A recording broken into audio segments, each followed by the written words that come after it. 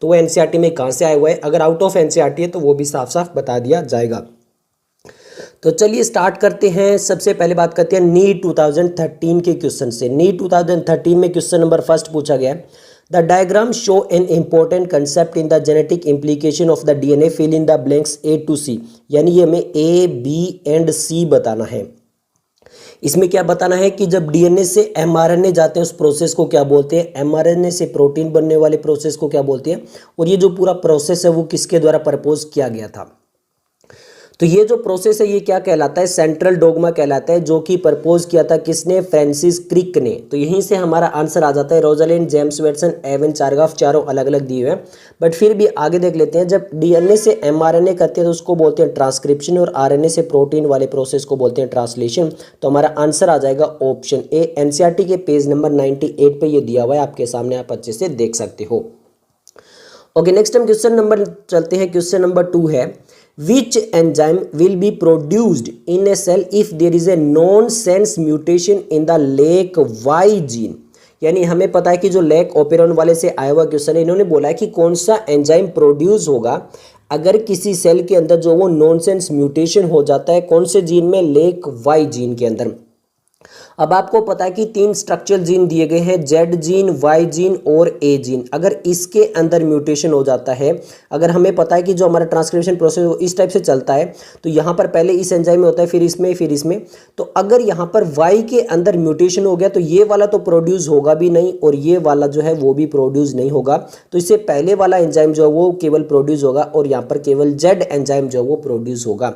तो जेड से कौन सा होता है, ट्रांस एसिटाइलेज, लैक्टोज परमिएज या फिर ट्रांस एसिटाइलेज, बीटा गैलेक्टोसाइडेज या फिर लैक्टोज परमिएज। तो जो जेड एंजाइम है वो कौन सा बनाता है, बीटा गैलेक्टोसाइडेज। तो केवल बीटा गैलेक्टोसाइडेज ही प्रोड्यूस होगा, उससे आगे क्योंकि देखो आप वाई जीन के अंदर जो नॉनसेंस म्यूटेशन हो गया है, तो इस वजह से ये जो ओपरेन वाला कंसेप्ट है वो पेज नंबर 116 पे डायग्राम में भी दिया हुआ है, आप अच्छे से देख सकते हो, यहाँ से आपको समझ में आ जाएगा।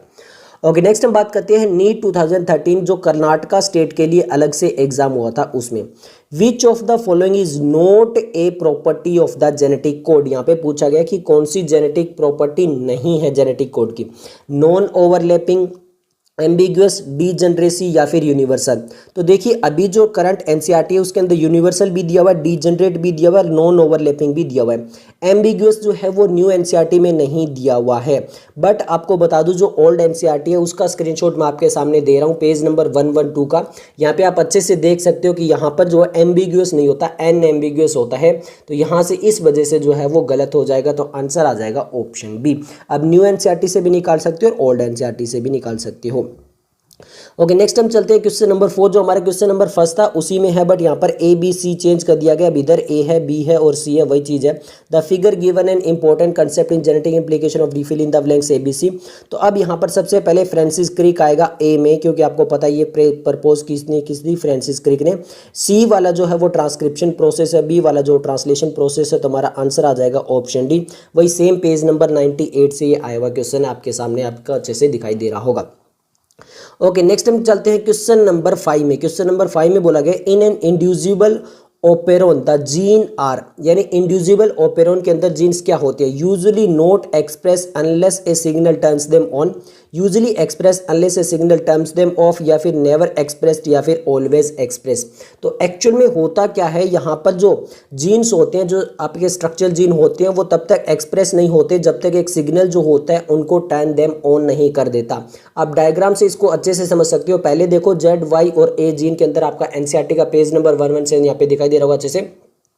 यहाँ पे आप डायग्राम से देख सकते हो कि जब तक यहाँ पर जो है उसको इंड्यूसर को ऑफ नहीं किया गया, रिप्रेसर को ऑफ नहीं किया गया, तब तक वहाँ पर कोई भी जो जीन है वो यहाँ पर जो है वो वर्क नहीं कर रहा है, कोई भी फंक्शन नहीं है। इसका मतलब क्या है कि यूजुअली एक्सप्रेस नहीं होते जब तक कोई सिग्नल आकर उनको ऑन नहीं कर देता। तो आंसर आ जाएगा ऑप्शन ए। ओके, नेक्स्ट हम बात करते हैं। यहाँ पे क्वेश्चन तो एनसीईआरटी से है, बट काफी लॉजिक है, दिमाग लगाना पड़ता है, डायग्राम से देखकर भी सोचना पड़ता है दिमाग से, तब जाके इनके आंसर आते हैं। ओके, नेक्स्ट हम क्वेश्चन नंबर देखते हैं 6।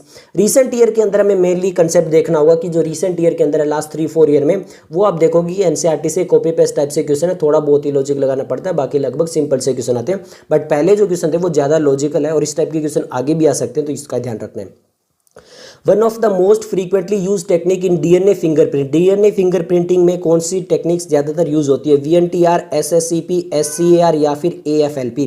तो आपका वेरिएबल नंबर ऑफ टेंडम, ये वाला जो रिपीटेटिव है, ये वाला जो है वो आपका यूज होता है, तो वीएनटीआर उसको शॉर्ट फॉर्म में बोलते हैं, तो ये चीज़ रिपीट होती है। आंसर आ जाएगा ऑप्शन ए। एनसीईआरटी का पेज नंबर 122 पे ये चीज़ दी हुई है, आप अच्छे से देख सकते हो। ओके, नेक्स्ट अब आ चुके हैं नीट 2014 में। नीट 2014 में क्वेश्चन नंबर 7 है, ट्रांसफॉर्मेशन वाज डिस्कवर्ड बाय, जो ट्रांसफॉर्मेशन है वो किसने डिस्कवर किया था? मेजल एंड स्टेल ने, हर्शे एंड चेज ने, ग्रिफिथ या फिर वैटसन एंड क्रिक ने। तो ये किसने डिस्कवर किया था? ग्रिफिथ ने डिस्कवर किया था, तो आंसर आ जाएगा ऑप्शन सी। एनसीईआरटी के पेज नंबर 100 पे आप अच्छे से देख सकते हो। ओके, नेक्स्ट हम चलते हैं क्वेश्चन नंबर 8 में। क्वेश्चन नंबर 8 क्या बोला गया है?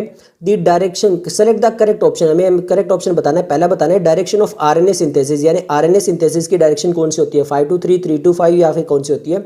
और direction of reading of the template DNA strand, यानी जो टेम्पलेट डीएनए स्ट्रैंड है उसको किस डायरेक्शन में रीड करते हैं? 3 to 5 या फिर 5 to 3, ये हमें बताना है। ओके, तो सिंपल है, एनसीईआरटी का पेज नंबर 100 पे ये चीज़ अच्छे से दी हुई है, बहुत ही आसानी से।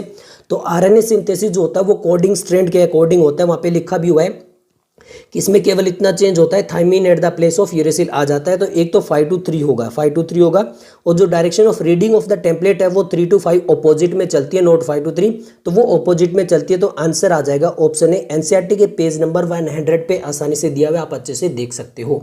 ओके, सॉरी 108 पे दिया हुआ है। ओके, चलिए नेक्स्ट हम क्वेश्चन नंबर 9 देख लेते हैं। क्वेश्चन नंबर 9 में बोला गया है which one of the following is wrongly match, हमें रॉन्गली मैच बताना, मतलब कौन सा जो गलत लिखा गया है। ओके, फर्स्ट देखते हैं, transcription writing information from DNA to tRNA, translation using information in mRNA to make protein, repressor protein binds to operator to stop enzyme synthesis and operon में स्ट्रक्चरल जीन ऑपरेटर और promoter होते हैं, इन्होंने ये बोला है। तो रॉन्गली बताना ना, मैं रॉन्गली मैच कौन सा हो गया? देखिए यहाँ पर writing information DNA to mRNA होता है, नॉट टीआरएनए, ये गलत लिख दिया गया है। तो हमारा ट्रांसक्रिप्शन वाले में ये वाला जो ऑप्शन है वो गलत आ जाएगा, तो हमारा आंसर आ जाएगा ऑप्शन ए। वही सेम पेज नंबर 98 पे हमने सेंट्रल डोगमा देखा था, तो वहाँ पे डीएनए से एमआरएनए जा रहा था, not a tRNA. Okay, next हम आ जाते हैं नीट 2015 में। क्वेश्चन नंबर 10 पूछा गया है, which one of the following is not applicable to RNA, यानी कौन सी चीज़ जो है वो आरएनए के लिए एप्लीकेबल नहीं हो सकती है? Heterocyclic nitrogen base, Chargaff rule, complementary base pairing, और 5 phosphyl phosphoryl end 3 hydroxyl end. तो सिंपल समझिए, यहाँ पे चारगाफ रूल जो है वो अप्लाई नहीं हो सकता है, यानी ए प्लस टी अपॉन में जी अपॉन सी, यानी यहाँ पर ये वाला जो सीक्वेंस वाला जो रेशियो है, चारगाफ रूल जो है वो केवल और केवल डबल स्टैंडर्ड डीएनए के लिए अप्लाई होगा, कभी भी आरएनए के लिए अप्लाई नहीं होता है। तो ये एनसीईआरटी के पेज नंबर 97 पे मेंशन किया गया कि चारगाफ रूल जो होता है वो डबल स्टैंड डीएनए के लिए होता है, तो इसलिए आंसर आ जाएगा ऑप्शन बी। ओके, नेक्स्ट हम बात करते हैं क्वेश्चन नंबर 11 के बारे में। क्वेश्चन नंबर 11 काफ़ी इंटरेस्टिंग क्वेश्चन है। यहाँ पर बोला गया identify the correct order of organisation of genetic material from largest to smallest, यानी सबसे लार्ज से लेते हुए स्मॉलेस्ट की तरफ जेनेटिक मटेरियल की इन्फॉर्मेशन हमें बतानी है। Genome, chromosome, gene, nucleotide, chromosome, genome, nucleotide, gene, chromosome, gene, genome, nucleotide या फिर जीनोम, क्रोमोजोम, न्यूक्लियोटाइड, जीन। अब मैं ये कहूँगा कि ये बहुत ही इंटरेस्टिंग सा क्वेश्चन है। वैसे तो आप अलग अलग पेज पढ़ोगे, जब पेज नंबर 96 पढ़ोगे तो वहाँ पे न्यूक्लियोटाइड दिया है, पेज नंबर 109 पे जीनोम दिया है, पेज नंबर 118 पे जीनोम दिया है, बट इसका एक सिंपल सा एक ऐसा डायग्राम दिया हुआ है जो एनसीईआरटी ने कहीं से कहीं एक्सप्लेन नहीं किया, बट वहाँ से इसका आंसर उठा लिया गया है। वो है पेज नंबर 119 और वहाँ पर फिगर है 6.15। अब इस फिगर के अंदर क्या है, सबसे पहले जो है वो एक ह्यूमन का डायग्राम दिया है, फिर एक सेल का डायग्राम दिया है, फिर क्रोमोजोम का, फिर डीएनए का, और फिर वापस कंप्यूटर में ATGC इस टाइप से करके दिखाई गई हैं। तो वो ATGC दिखाए गए वो क्या है, न्यूक्लियोटाइड है, ये हमें पता होना चाहिए। फिर जो आपका जीन होता है वो हमें पता है कि वहाँ पर डीएनए के अंदर होता है, और डीएनए से हमारा क्रोमोजोम बनता है, और क्रोमोजोम से सबसे पहले ह्यूमन जीनोम प्रोजेक्ट। तो ह्यूमन जीनोम प्रोजेक्ट के अंदर हम पढ़ते ही क्या है, जितना भी उसके अंदर जो भी जेनेटिक मटेरियल है, जितने भी क्रोमोजोम है, सबके बारे में इंफॉर्मेशन हम पढ़ते हैं। तो यहाँ पर सबसे लार्जेस्ट हो गया जीनोम, फिर क्रोमोजोम, फिर जीन, फिर न्यूक्लियोटाइड। तो यहाँ पे हमारा आंसर आ जाएगा ऑप्शन ए। एनसीईआरटी का पेज नंबर 119 वाला ये डायग्राम एक बार ध्यान से अच्छे से देख लो, अंडरस्टैंड करो कि किस टाइप से इसमें से क्वेश्चन पूछा गया है। ओके, नेक्स्ट हम बात करते हैं क्वेश्चन नंबर 12 के बारे में। क्वेश्चन नंबर 12 में satellite DNA is important because, satellite DNA जो है वो क्यों इंपॉर्टेंट है, because It does not code for protein and is same in all member of the population. Code for enzyme needed for DNA replication. Code for protein needed in cell cycle, या फिर show high degree of polymorphism in population and also the same degree of polymorphism in individual which is heritable from parents to the children. तो ये वाली line जो है वो NCERT से उठाई गई है, पेज नंबर है 121। तो यहाँ पर सैटेलाइट डीएनए क्यों इंपॉर्टेंट है? Because show high degree of polymorphism in population and also the same degree of polymorphism in individual which is heritable from parents to children. तो इसीलिए यहाँ पर आंसर आ जाएगा ऑप्शन डी। डीएनए फिंगरप्रिंटिंग के लिए काफ़ी इंपॉर्टेंट हो जाता है, तो आंसर आ जाएगा ऑप्शन डी। क्लियर हो गया? ओके, नेक्स्ट हम बात करते हैं। अब ये देखिए कि पेज नंबर 121 पे आप देख भी सकते हो ये जो दिया हुआ है। ओके, नेक्स्ट हम बात करते हैं क्वेश्चन नंबर 13। अब यहाँ पर देखिए जो नीट 2015 में एग्जाम कैंसिल हो गया तो वहाँ से आया हुआ क्वेश्चन है।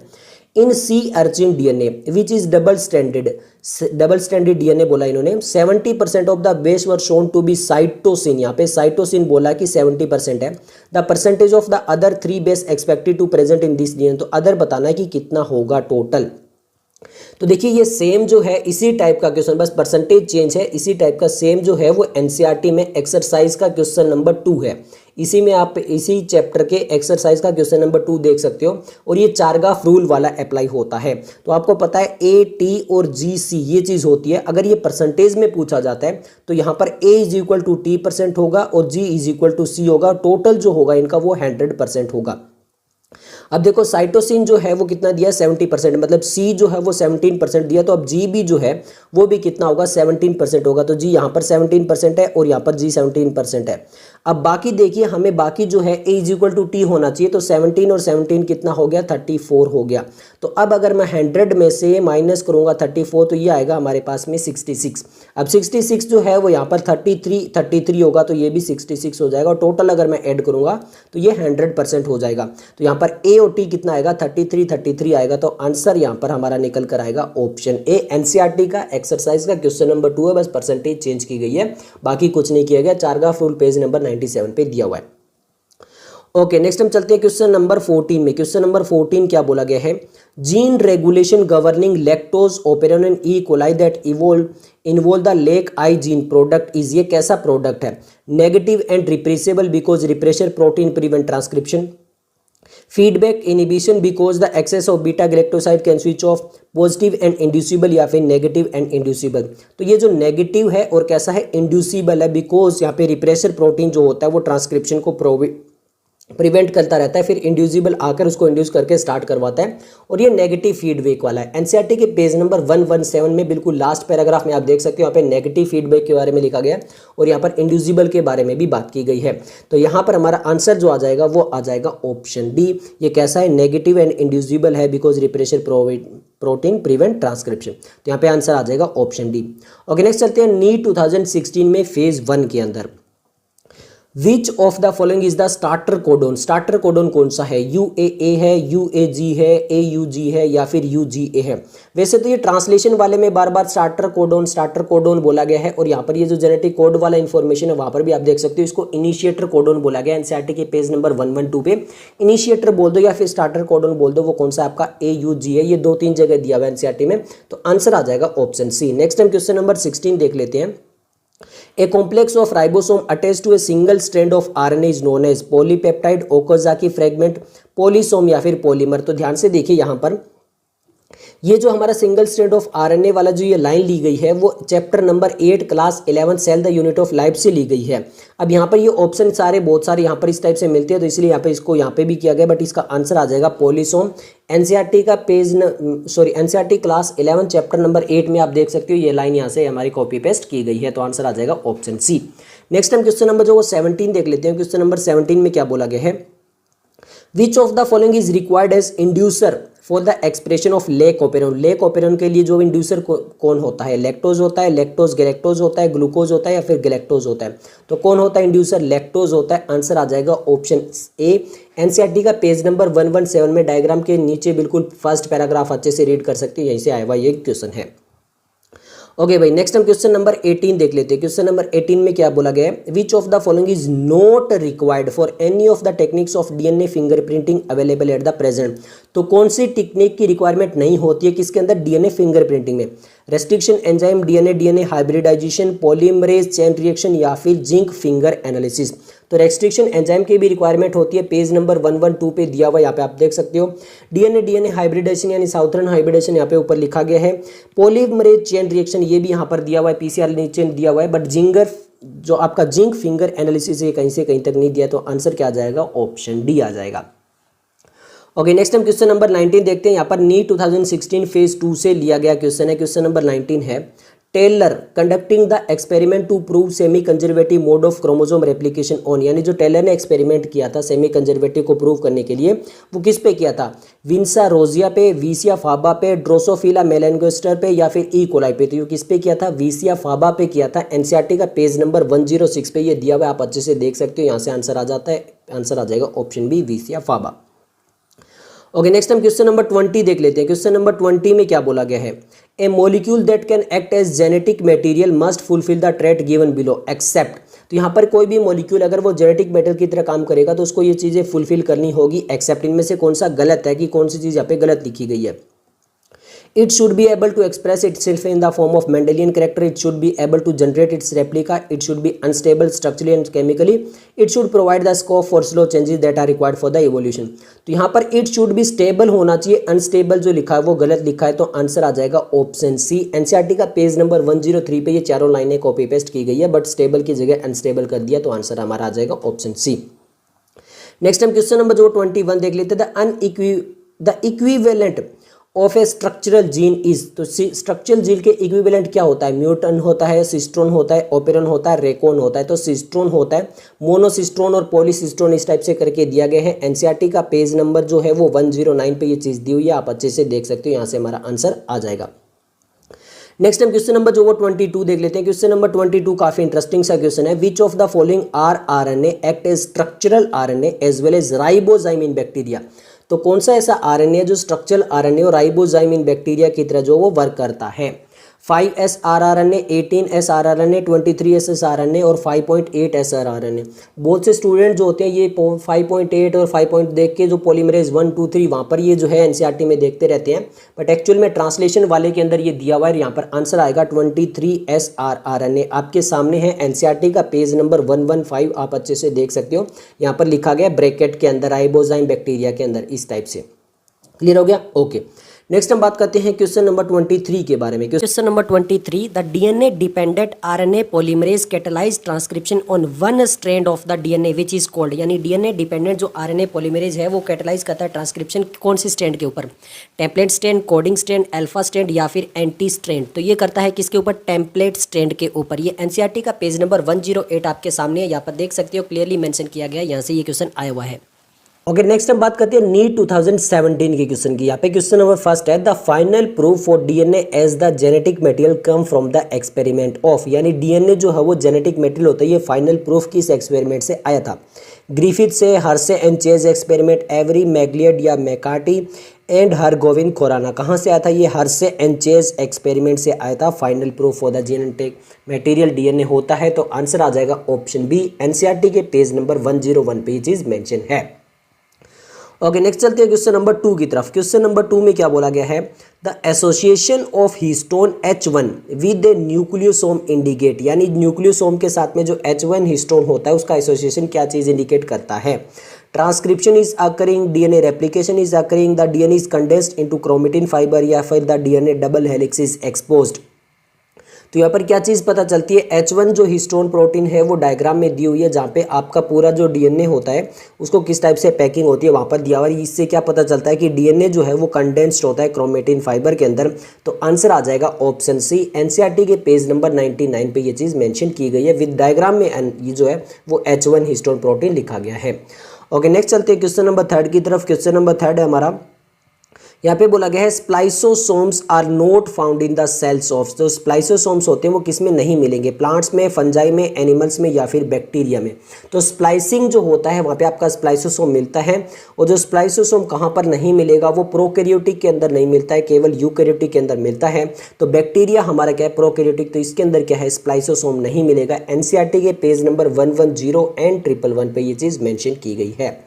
ओके, नेक्स्ट हम चलते हैं क्वेश्चन नंबर 4 की तरफ। क्वेश्चन नंबर 4 काफ़ी इंटरेस्टिंग सा क्वेश्चन है।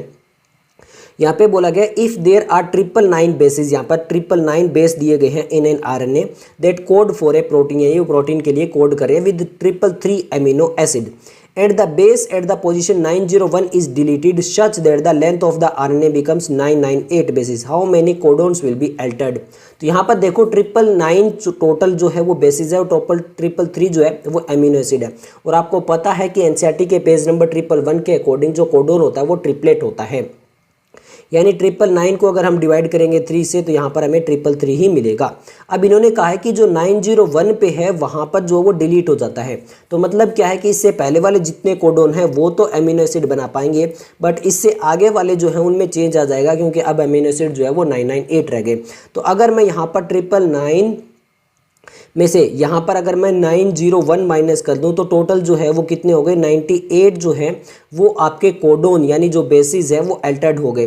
तो 98 को मैं डिवाइड करूँगा 3 से, क्यों, क्योंकि एक अमीनो एसिड के लिए कितने लग रहे हैं, 3 बेस लग रहे हैं। तो ये लगभग अप्रोक्सीमेटली जो है वो कितना निकल के आ रहा है, 33। तो कितने चेंज हो जाएंगे, how many codon will be altered, तो टोटल जो है वो 33 कोडोन जो है वो चेंज हो जाएंगे अमीनो एसिड के। तो आंसर आ जाएगा ऑप्शन सी, एनसीईआरटी के पेज नंबर 111 के अकॉर्डिंग ये आता है।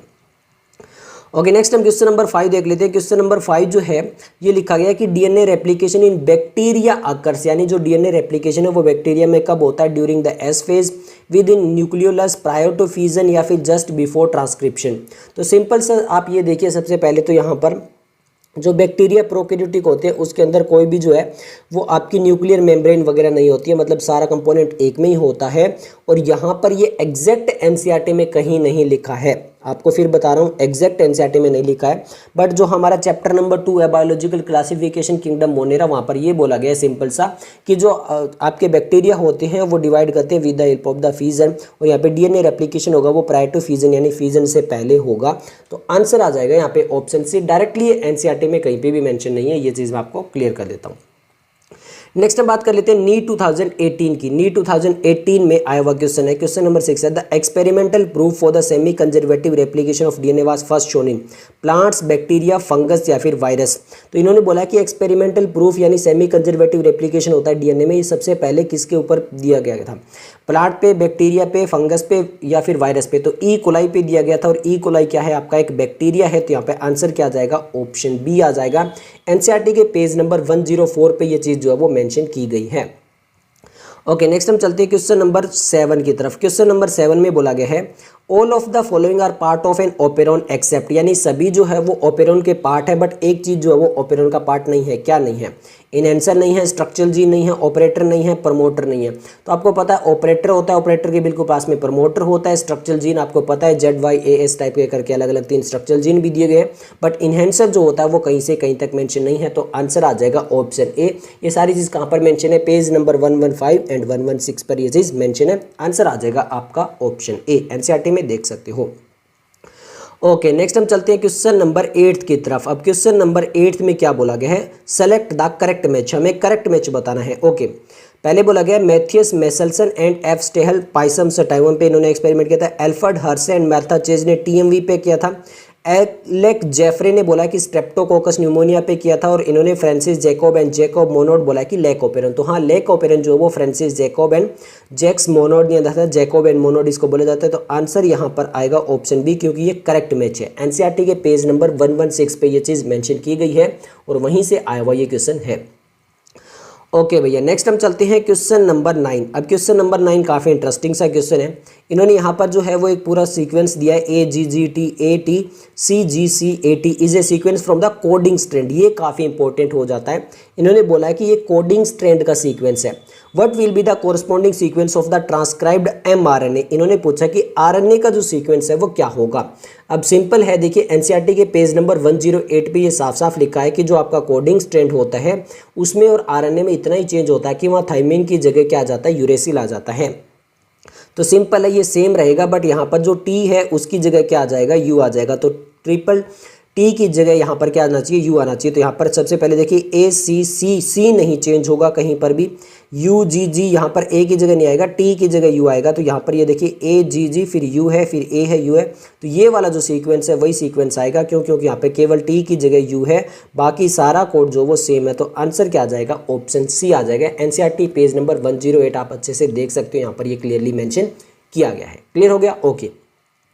अब हम आ जाते हैं नीट 2019 में। नीट 2019 में क्वेश्चन नंबर 10 है, expressed sequence tag that is the EST refer to. ये ईएसटी किसको रेफर करता है? पॉलीपेप्टाइड एक्सप्रेशन को, डीएनए पॉलीमॉर्फिज्म को, नोवल डीएनए सीक्वेंस को, या फिर जीन एक्सप्रेस्ड एज आरएनए। तो जीन एक्सप्रेस्ड एज आरएनए को जो है ये एक्सप्रेस करता है एक्सप्रेस सीक्वेंस टैग्स। ये पेज नंबर 119 पे साफ साफ मेंशन किया गया और ब्रैकेट में लिखा भी गया है, आप अच्छे से एनसीईआरटी में देख सकते हो।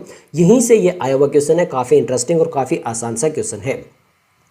ओके, नेक्स्ट हम क्वेश्चन की बात करते हैं। क्वेश्चन नंबर 11 बोला गया purine found both in DNA and RNA, यानी प्यूराइन पूछा है कि कौन सी है? एडेनाइन जुएनाइन है, जुएनाइन साइटोसिन है, साइटोसिन थाइमिन है, या फिर एडेनाइन थाइमिन है। तो एडेनाइन और जुएनाइन जो ए जी आपका होता है वो क्या होता है? प्यूराइन होता है। साफ साफ पेज नंबर 96 पे क्लियरली ये चीज़ अच्छे से मेंशन है। बायोमोलिक्यूल वाले चैप्टर में भी ये चीज़ मेंशन है, कई जगह ये चीज़ मेंशन है।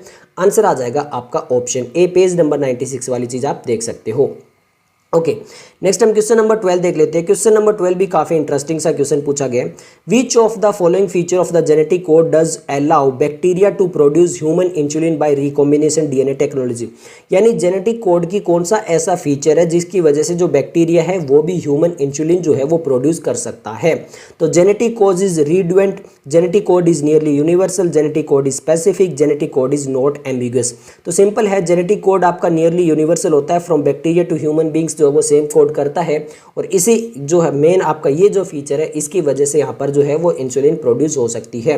आंसर आ जाएगा ऑप्शन बी, पेज नंबर 112 पे ये चीज़ मेंशन की गई है, आप अच्छे से देख सकते हो, आपके सामने एनसीईआरटी है। ओके, चलिए नेक्स्ट हम चलते हैं क्वेश्चन नंबर 13 में। क्वेश्चन नंबर 13 में हमसे क्या पूछा गया? मैच द कॉलम क्वेश्चन पूछा गया है। मैच द कॉलम भी कहाँ से आया है? ये लैक ओपेरन वाले सेक्शन से आया हुआ है। ओके, सिंपल, सबसे पहले बात करते हैं आई जीन। आई जीन किसको कोड करता है? रिप्रेसर को। आपको पता है, सिंपल वहाँ पे डायग्राम में दिया हुआ है, डायग्राम से पूरा का पूरा क्वेश्चन उठाया गया है। नेक्स्ट हम बात करते हैं Z gene. Z gene beta galactosidase के लिए आपको पता है, ये सिंपल आसानी से जो है बी हमारा चला जाएगा फर्स्ट के साथ में। फिर हम बात करते हैं ए जीन। ए जीन किसके लिए कोड करता है? ट्रांस एसिटाइलेज के लिए। और वाई जीन जो होता है वो परमेज के लिए कोड करता है। तो ए हमारा थर्ड के साथ हमारे पास में इस टाइप के 3 ऑप्शन है, एक ऑप्शन हट जाता है। बी हमारा फर्स्ट के साथ में, अब हमारे पास 2 ऑप्शन है, ए और बी बाकी हट चुके हैं। नेक्स्ट हम बात करते हैं सी हमारा फोर्थ के साथ जाना चाहिए, तो सी हमारा फोर्थ के साथ यहीं पे जा रहा है, और डी हमारा 2 के साथ में। तो आंसर आ जाएगा ऑप्शन बी। ये डायग्राम से आया हुआ क्वेश्चन है, आप अच्छे से देख सकते हो, आपके सामने पेज नंबर 117 का डायग्राम है, और वहीं से ये आया हुआ क्वेश्चन और वहीं से हमने आपको बता दिया है। ओके भैया, नेक्स्ट हम चलते हैं क्वेश्चन नंबर 14 की तरफ। अब आ चुके हैं नीट 2019 जो उड़ीसा स्टेट के लिए आपका अलग से एग्जाम हुआ था, उसके क्वेश्चन यहाँ पर आए हुए हैं। ओके भैया, क्वेश्चन नंबर 14 है which scientist experimentally prove that DNA is the sole genetic material in bacteriophage, यानी बैक्टीरियोफेज के अंदर डीएनए जो है वो आपका सोल जेनेटिक मटेरियल रहता है। ये किसने, साइंटिस्ट ने जो वो एक्सपेरिमेंटली प्रूव किया था? जैकब एंड मोनोड ने, बेडली एंड टेटम ने, मेसलसन एंड स्टेहल ने, हार्से एंड चेज। तो ये हार्से एंड चेज एक्सपेरिमेंट हुआ था जहाँ से जो है वो अनइक्विवोकल प्रूफ आया था कि डीएनए जो होता है वो जेनेटिक मटेरियल होता है। पेज नंबर 101 पे ये चीज़ मेंशन है, और वहीं से ये आंसर ऑप्शन डी आ जाता है। ओके भैया, नेक्स्ट हम चलते हैं क्वेश्चन नंबर 15 में। क्वेश्चन नंबर 15 में क्या बोला गया है?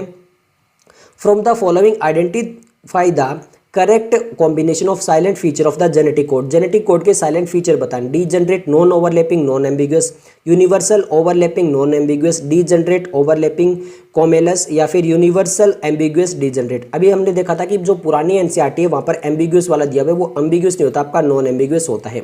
इसके अलावा अगर यहाँ पर आप देखोगे तो यहाँ पे ये बोला गया कि ये कंटिन्यूस फैशन के अंदर चलता है। अगर आप एनसीईआरटी में पढ़ोगे वहाँ पे लिखा है कि ये कंटिन्यूस फैशन के अंदर चलता है, आपका ओवरलैपिंग नहीं होता है, तो नॉन ओवरलैपिंग होता है। नॉन ओवरलैपिंग, नॉन एम्बिगुअस और डीजनरेट आपका होता है। तो आंसर आ जाएगा ऑप्शन बिल्कुल आसानी से ए। ओल्ड एनसीईआरटी का मैं आपको फोटो दे रहा हूँ, वहाँ पर पेज नंबर 112 में जो 2015 वाली एनसीईआरटी उसका फोटो दिया है, उसमें सिर्फ एम्बिगुअस वाला सेक्शन लिखा हुआ है, इसलिए मैंने आपको ये दिया है, तो आप ये आपका आसानी से आप समझ सकते हो। चलिए भैया, नेक्स्ट हम चलते हैं क्वेश्चन नंबर 16 में। क्वेश्चन नंबर 16 में क्या बोला गया है? In the process of transcription in eukaryotic the RNA polymerase first transcribe, यानी जो आरएनए पॉलीमरेज फर्स्ट है वो क्या चीज़ को ट्रांसक्राइब करता है ये हमें बताना है। Precursor of mRNA, hnRNA, mRNA into additional processing, tRNA, 5sRNA and snRNA, या फिर rRNA जिसके अंदर आपका 28, 18s और 5.8s होता है। तो ये हमारा आंसर आ जाएगा बहुत आसानी से ऑप्शन डी। एनसीईआरटी का पेज नंबर 110 में लास्ट में लिखा गया और पेज नंबर 111 में बिल्कुल स्टार्टिंग में लिखा गया। सबसे पहले आप पेज नंबर 110 देख सकते हो, यहाँ पे लास्ट के अंदर पॉलीमरेज 1 की बात की गई है, थोड़ा सा लिखा गया है rRNA। और फिर पेज नंबर 111 देख सकते हो, यहाँ पे स्टार्टिंग में ये जो है तीनों 28, 18 और 5.8 वे ब्रैकेट में लिखकर बता दिए गए हैं। ओके भैया, नेक्स्ट हम आ चुके हैं नीट 2020 के क्वेश्चन के अंदर। नीट 2020 में क्वेश्चन में पूछा गया the first phase of translation is, यानी ट्रांसलेशन का सबसे फर्स्ट फेज क्या होता है? Binding of mRNA to ribosome, recognisation of DNA molecule, amino acylation of tRNA, या फिर रिकॉग्निशन ऑफ एन एंटीकोडिन। तो यहाँ पर जो है वो चार्जिंग ऑफ टीआरएनए होते हैं जिसको हम बोलते हैं एमिनो एसाइलेशन। तो हमारा आंसर आ जाएगा ऑप्शन सी। पेज नंबर 114 पे ये चीज़ दिया हुआ है, आपके सामने है, आप अच्छे से देख सकते हो, यहीं से ये आया हुआ क्वेश्चन है। चलिए भैया, नेक्स्ट हम बात करते हैं क्वेश्चन नंबर 18 के बारे में। क्वेश्चन नंबर 18 में बोला गया if the distance between the two consecutive base pair जो है वो दिया है 0.34 nanometre and the total number of base pair DNA double helix in a typical mammalian cell में दिया है 6.6 × 10⁻9 base pair, then the length of the DNA is approximately. तो length पूछा है कितना होगा, 2 मीटर, 2.2, 2.5 या फिर 2.7। तो ये एनसीईआरटी का पेज नंबर जो 999 है, सॉरी 99 है, 99 से ये आया हुआ है। ये पूरा पैराग्राफ आप देख सकते हो। यहाँ पर जो डिस्टेंस है वो भी सेम लिया गया है, बेस पेयर जो सेम लिया गया, मल्टीप्लाई करके बोला गया कि अप्रोक्सीमेटली आता है 2.2 मीटर। मतलब कोई कैलकुलेशन नहीं है, कुछ नहीं है, सिंपल आपका आंसर आ जाएगा ऑप्शन बी 2.2 मीटर। क्लियर हो गया? ओके, नेक्स्ट चलते हैं। क्वेश्चन नंबर हमारा अब आ चुका है 19। क्वेश्चन नंबर 19 में बोला गया name the enzyme that facilitate opening of DNA helix during the transcription. यानी यहाँ पर बोला गया कि वो कौन सा एंजाइम है जो डीएनए हेलिक्स को ओपन करता है during the transcription. DNA ligase, DNA helicase, DNA polymerase या फिर आरएनए पॉलीमरेज। तो वो आपका एंजाइम है आरएनए पॉलीमरेज। अब ये दो जगह दिया हुआ है। सबसे पहले पेज नंबर 109 पे आप स्टार्टिंग में देखो, यहाँ पे आरएनए पॉलीमरेज की बात कर रहा है। क्लियर है? दिख लिया? ओके। फिर उसके बाद में पेज नंबर 110 पे चलते हैं। यहाँ पर आप देखोगे, यहाँ पर ओपनिंग ऑफ द हेलिक्स लिखा गया है। ये आरएनए पॉलीमरेज की ही बात करते हुए आ रहे हैं और यहाँ पर आपका जो है इस टाइप से आंसर आपका निकल कर आ जाएगा। क्लियर हो गया? ओके, चलिए अब आगे। ओके, नेक्स्ट हम बात करते हैं क्वेश्चन नंबर 20 के बारे में। क्वेश्चन नंबर 20 काफ़ी इंटरेस्टिंग सा क्वेश्चन है, बहुत ही आसान सा क्वेश्चन है। तो ओके, यहाँ पर क्या लिखा गया है, which of the following statement is correct. हमें करेक्ट स्टेटमेंट बतानी है। Adenine pair with thymine through the 2 hydrogen bond, adenine with thymine through the 1 hydrogen bond, adenine pair with thymine 3 hydrogen bond, या एडिनाइन डज नॉट पेयर। तो यानी जो हमारा AT है, adenine और थाइमिन के बीच में कितने हाइड्रोजन होते हैं? 2, 1 या फिर कोई भी बॉन्ड नहीं होता इनके बीच में। तो 2 हाइड्रोजन बॉन्ड होते हैं AT के बीच में और GC के बीच में कितने होते हैं? 3 होते हैं। तो AT के पूछे है, मतलब एडिनाइन थाइमिन में तो 2 होते हैं। तो आंसर आ जाएगा ऑप्शन ए। पेज नंबर 97 से ये लिया गया क्वेश्चन है, बहुत आसानी से आंसर आ जाएगा। ओके भैया, नेक्स्ट हम बात करते हैं नीट 2020 फेज 2 में आए हुए क्वेश्चन के बारे में। क्वेश्चन नंबर 21 है, the term nucleon for the genetic material was used by. यानी न्यूक्लियन टर्म जो है वो जेनेटिक मटेरियल के किसने यूज की थी?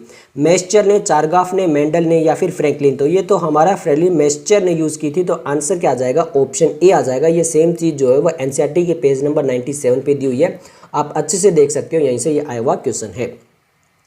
ओके भैया, नेक्स्ट हम चलते हैं क्वेश्चन नंबर 22। क्वेश्चन नंबर 22 में बोला गया in a polynucleotide chain of DNA a nitrogen base is link to the OH of.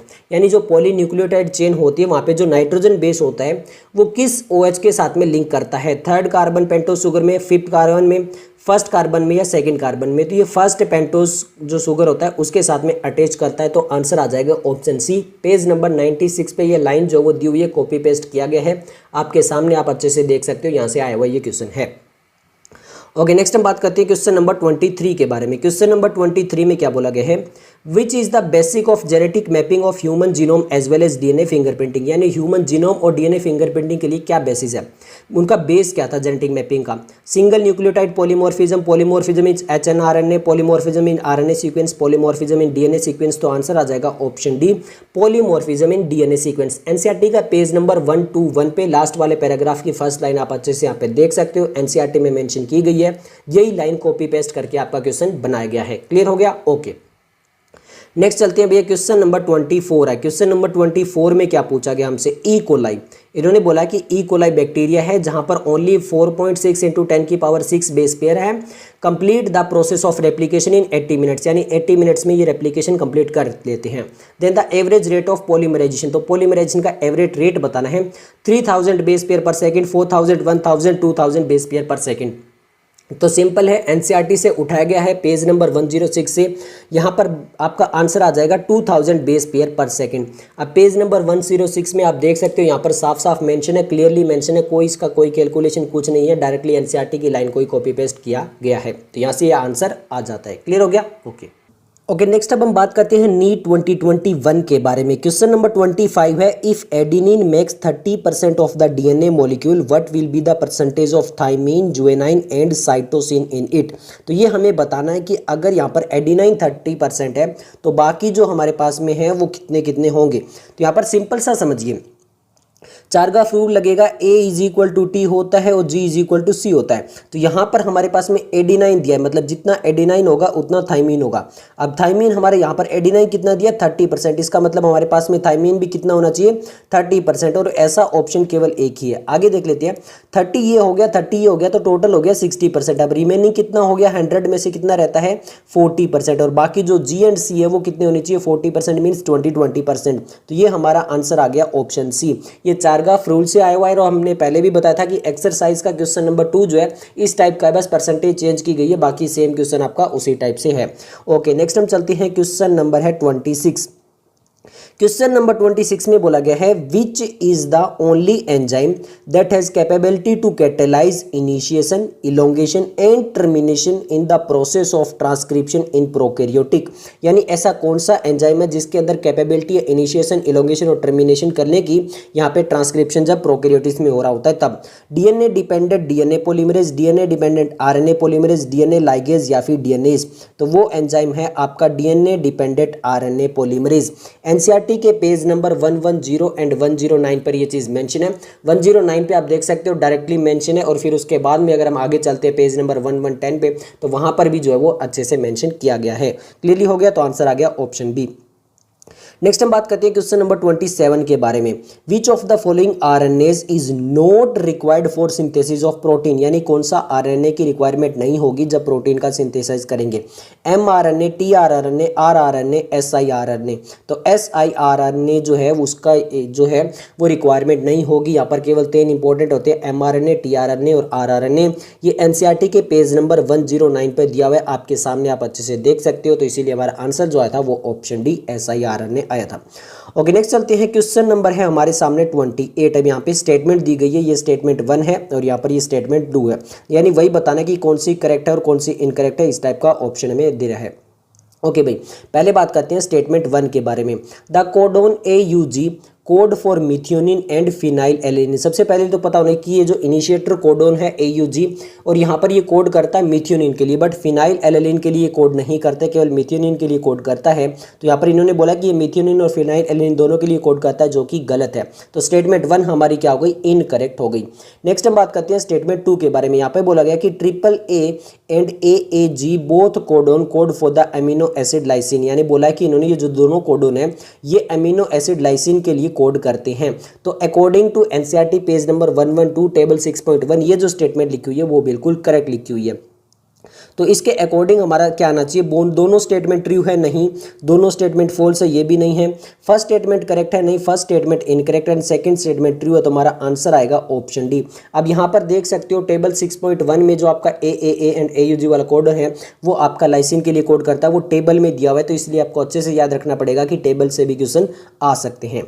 Okay, next चलते हैं। नेक्स्ट हमारा क्वेश्चन नंबर है 29। क्वेश्चन नंबर 29 में क्या पूछा गया है, which one of the following statement about histone is wrong. हमसे पूछा है कि हिस्टोन के अकॉर्डिंग कौन सी स्टेटमेंट जो वो रॉन्ग है। ओके, फर्स्ट हम बात करते हैं, histone are organise to form a unit of 8 molecule, तो इसलिए तो इसको हिस्टोन ऑक्टामर बोलते हैं। The pH of histone is slightly acidic, histone are rich in amino acid lysine and arginine and histone carry positive charge in the side chain. अब देखिए यहाँ पर सिंपल समझिए, जो हिस्टोन प्रोटीन होती है उसका नेचर कैसा होता है, बेसिक नेचर होता है। इन्होंने क्या कहा है कि ये जो आप स्लाइटली एसिडिक होती है वो क्या हो गया, गलत हो गया। तो यहाँ पर हमारा आंसर आ जाएगा ऑप्शन ऑप्शन बी और हमसे रॉन्ग स्टेटमेंट ही पूछी थी। एनसीईआरटी का पेज नंबर 99 पे ये चीज़ मेंशन है, आप अच्छे से देख सकते हो, यहाँ पर मेंशन की गई है। ओके नेक्स्ट चलते हैं क्वेश्चन नंबर 30 में। क्वेश्चन नंबर 30 हमारा कई बार क्वेश्चन आ चुका है, वही है सेंट्रल डोगमा वाला क्वेश्चन है। हमें ए बी सी बताना है, बट इस बार थोड़ा सा चेंज किया गया। यहाँ पर ये ए पूछा है, ये बी पूछा है और ये सी पूछा है, यहाँ पर डी भी पूछा है। सिंपल है, जब डीएनए से डीएनए बनाते हैं तो क्या होता है, रेप्लिकेशन होता है। तो ए हमारा रेप्लिकेशन होना चाहिए, ट्रांसलेशन नहीं होना चाहिए, रेप्लिकेशन होना चाहिए, ट्रांसडक्शन नहीं होना चाहिए। दो ऑप्शन यहाँ से हट चुके हैं। डीएनए से एमआरएनए बनाते हैं तब हमारा ट्रांसक्रिप्शन होना चाहिए, यहाँ पे ट्रांसक्रिप्शन दिया है, यहाँ पर भी ट्रांसक्रिप्शन दिया है। ये दो ऑप्शन हमारे ऑलरेडी हट चुके हैं। नेक्स्ट हमारा सी जो वो ट्रांसलेशन होना चाहिए, इन्होंने यहाँ पे ट्रांसडक्शन बोला है, जी नहीं हमारा ट्रांसलेशन होगा। और डी हमारा प्रोटीन होगा, तो हमारा आंसर यहाँ पे निकल कर आएगा option C central dogma. NCERT के पेज नंबर 98 पे दिया हुआ है, कई बार क्वेश्चन 2013 में भी आ चुके हैं, तो वहीं से ये सेम क्वेश्चन आया हुआ है। नेक्स्ट हम बात करते हैं क्वेश्चन नंबर हमारा 31।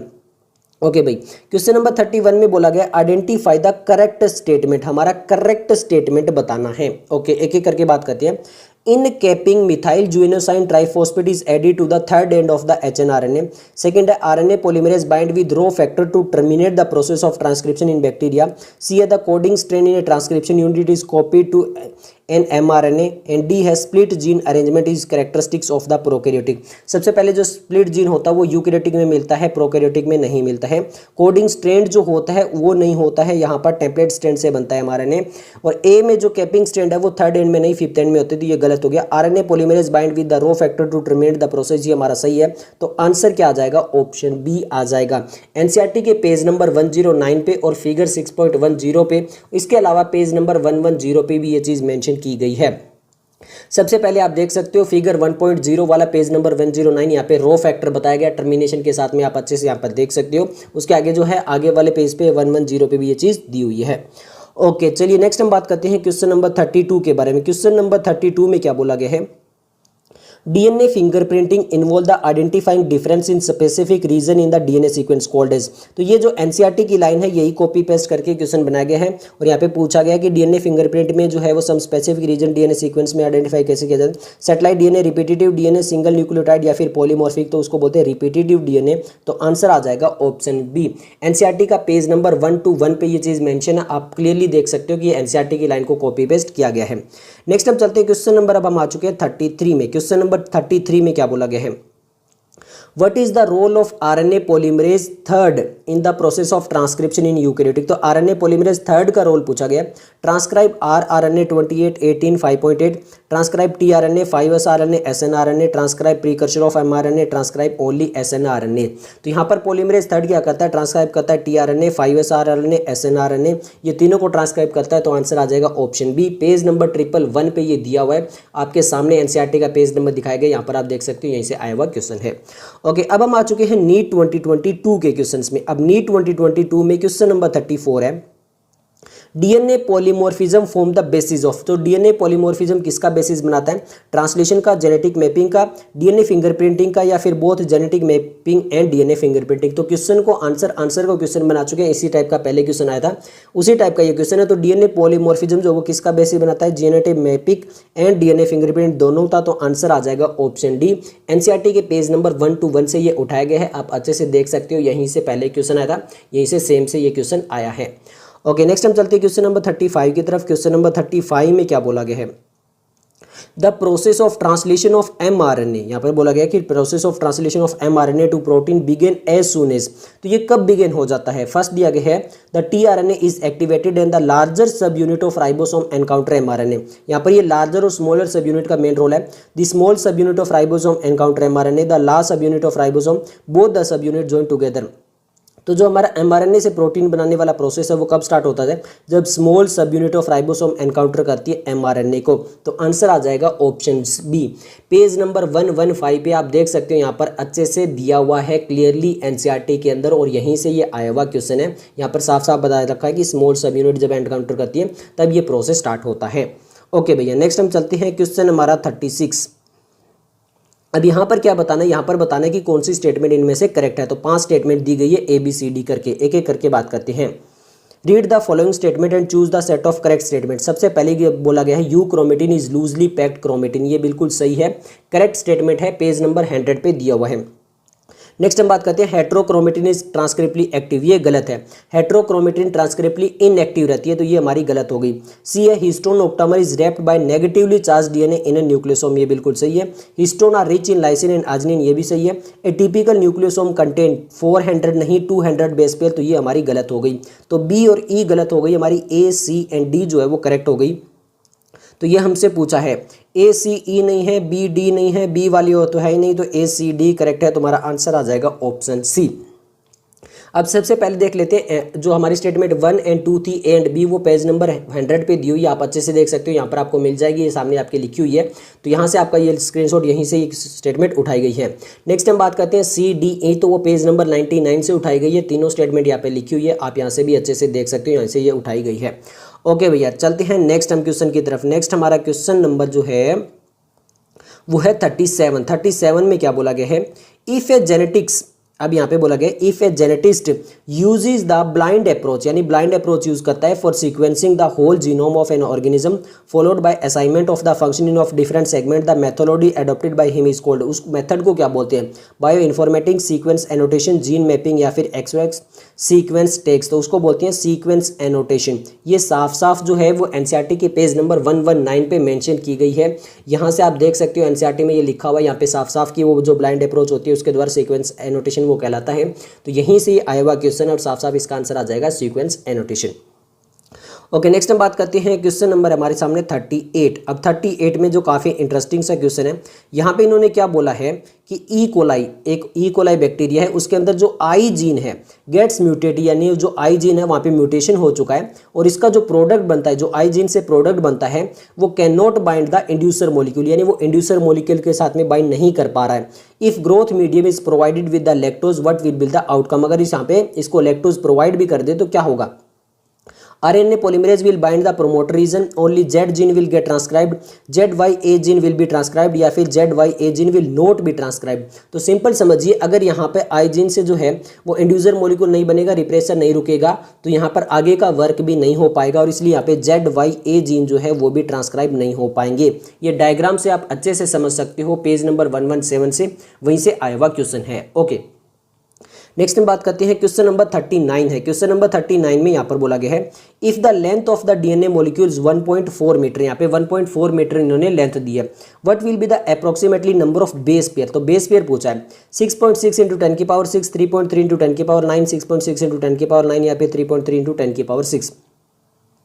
तो सिंपल है, जो लेंथ वाला फॉर्मूला था वो कैसे निकालते हैं, लेंथ ऑफ डीएनए जो है वो यहाँ पर सबसे पहले distance between one base pair जो कितना था 0.34 नैनोमीटर था, इसके अलावा multiply by base pair, total base pair से मल्टीप्लाई कर देंगे। तो अब हमें यहाँ पे क्या निकालना है, बेस पेयर। तो लेंथ तो दिया हुआ है 1.4 मीटर और ये हमारा आता है 0.34 नैनोमीटर, तो इसको इससे डिवाइड कर लेंगे तो हमारा आंसर आ जाएगा। और इसको जब डिवाइड करेंगे तो आंसर कितना आएगा, 3.3 इंटू 10 की पावर 9 जो है वो बेस पेयर निकल कर आएगा। तो आंसर कितना आ जाएगा, आंसर आ जाएगा ऑप्शन बी। ओके, नेक्स्ट हम बात कर लेते हैं क्वेश्चन नंबर 40 के बारे में। क्वेश्चन नंबर 40 काफ़ी इंटरेस्टिंग सा क्वेश्चन है। अब यहाँ पर देखिए इन्होंने क्या बोला है, क्वेश्चन नंबर 40 में बोला है कि 10 ई कोलाई है, मतलब 10 ई कोलाई है, 10 ई कोलाई है विद N15 DS DNA, यानी वहाँ पर N15 जो मीडियम है डबल स्टैंडर्ड DNA उनके पास में है, और incubated in the medium containing N14, यानी N14 जो न्यूक्लियोटाइड वाला मीडियम है उसके अंदर उनको डाल दिया जाता है। After 60 minute how many E coli cell will have DNA totally free from N15, तो टोटल कितने ई कोलाई होंगे जिनके पास में एक भी N15 नहीं होगा। अब देखिए, वैसे तो ये क्वेश्चन थोड़ा कॉम्प्लेक्स है, न्यूमेरिकल दिया गया है, बट ये एनसीईआरटी का पेज नंबर 105 वहाँ पे डायग्राम है। सबसे पहले देखिए ई कोलाई जो होता है वो डिवाइड करता है, वहाँ पर दिया गया कि ये 20 मिनट्स में डिवाइड कर जाएगा।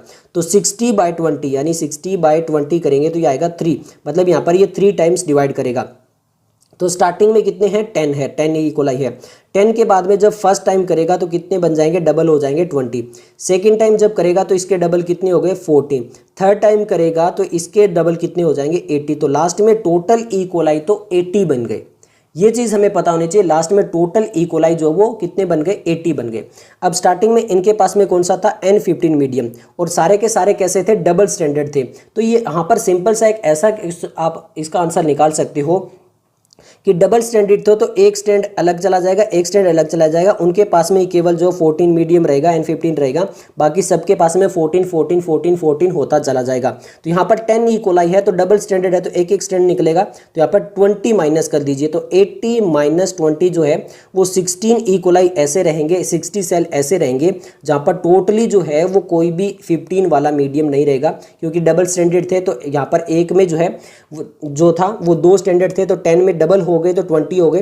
टोटल कितने निकले थे? 80 निकले थे, तो 18 में से 20 चले जाएगा, तो ये इस टाइप से आंसर आ जाएगा।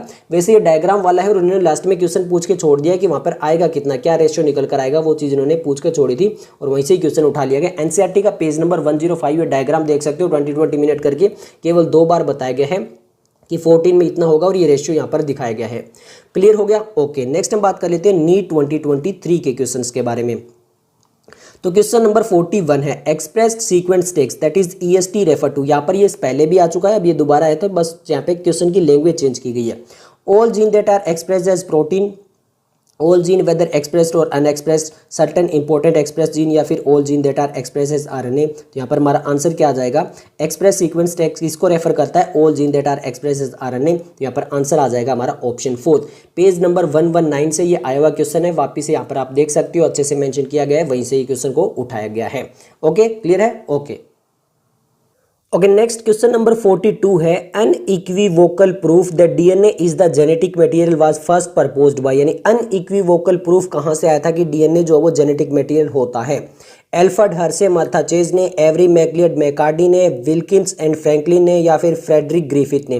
तो ये जो एक्सपेरिमेंट करके बताया था वो Alfred Hershey and Martha Chase ने बताया था। एनसीईआरटी के पेज नंबर 101 पे ये साफ साफ मेंशन है, आप देख सकते हो। यहाँ से कई बार क्वेश्चन आ चुका है और यहाँ से ये आपका आंसर आ जाता है। ओके, नेक्स्ट हम चलते हैं क्वेश्चन नंबर 43। क्वेश्चन नंबर 43 में बोला गया है what is the role of RNA polymerase third. ये देखिए ये क्वेश्चन सेम पहले भी आया था, अब दोबारा आ चुका है। यही पूछा है कि RNA पॉलीमरेज थर्ड जो है उसका रोल क्या है in the process of transcription in the eukaryote. तो transcription of tRNA, 5sRNA and snRNA, या फिर transcription of precursor of mRNA, transcription of only snRNA, या फिर ट्रांसक्रिप्शन ऑफ rRNA 28, 18 या फिर 5.8। तो यहाँ पर थर्ड का रोल पूछा है, वो क्या है? Transcription of tRNA, 5sRNA and snRNA। हमारा जो आंसर आएगा वो आएगा ऑप्शन फर्स्ट। एनसीईआरटी के पेज नंबर 111 पर ये मेंशन किया हुआ है, पहले भी दिखा चुके हैं, वापस आप देख सकते हो, यहीं से आया हुआ क्वेश्चन है। ओके, नेक्स्ट हम चलते हैं क्वेश्चन नंबर 44 में। क्वेश्चन नंबर 44 में बोला गया है how many different proteins does the ribosome consist of. यानी राइबोसोम के पास में कितने डिफरेंट टाइप की प्रोटीन्स प्रेजेंट होती है? 60, 40, 20 या फिर 80। तो इसका जो करेक्ट आंसर आएगा वो आएगा 80 डिफरेंट टाइप की प्रोटीन्स प्रेजेंट होती है। इसका जो आंसर है वो एनसीईआरटी के पेज नंबर 115 पे डायरेक्टली मेंशन है, आप अच्छे से देख सकते हो। यहाँ पे लिखा है ribosome consist of 80 different type of protein. तो हमारा आंसर आ जाएगा ऑप्शन 4। ओके, नेक्स्ट हम चलते हैं क्वेश्चन नंबर 45। क्वेश्चन नंबर 45 है, यहाँ पे 2 स्टेटमेंट दिए, हमें करेक्ट इनकरेक्ट बताना है ऑप्शन के अकॉर्डिंग। तो पहले स्टेटमेंट देख लेते हैं। फर्स्ट स्टेटमेंट लिखा गया कि RNA mutate at a fast rate. ये बिल्कुल करेक्ट है कि RNA जो है वो ज़्यादा फास्ट रेट पे म्यूटेट करता है एज कम्पेयर टू DNA, ये हमें पता होना चाहिए।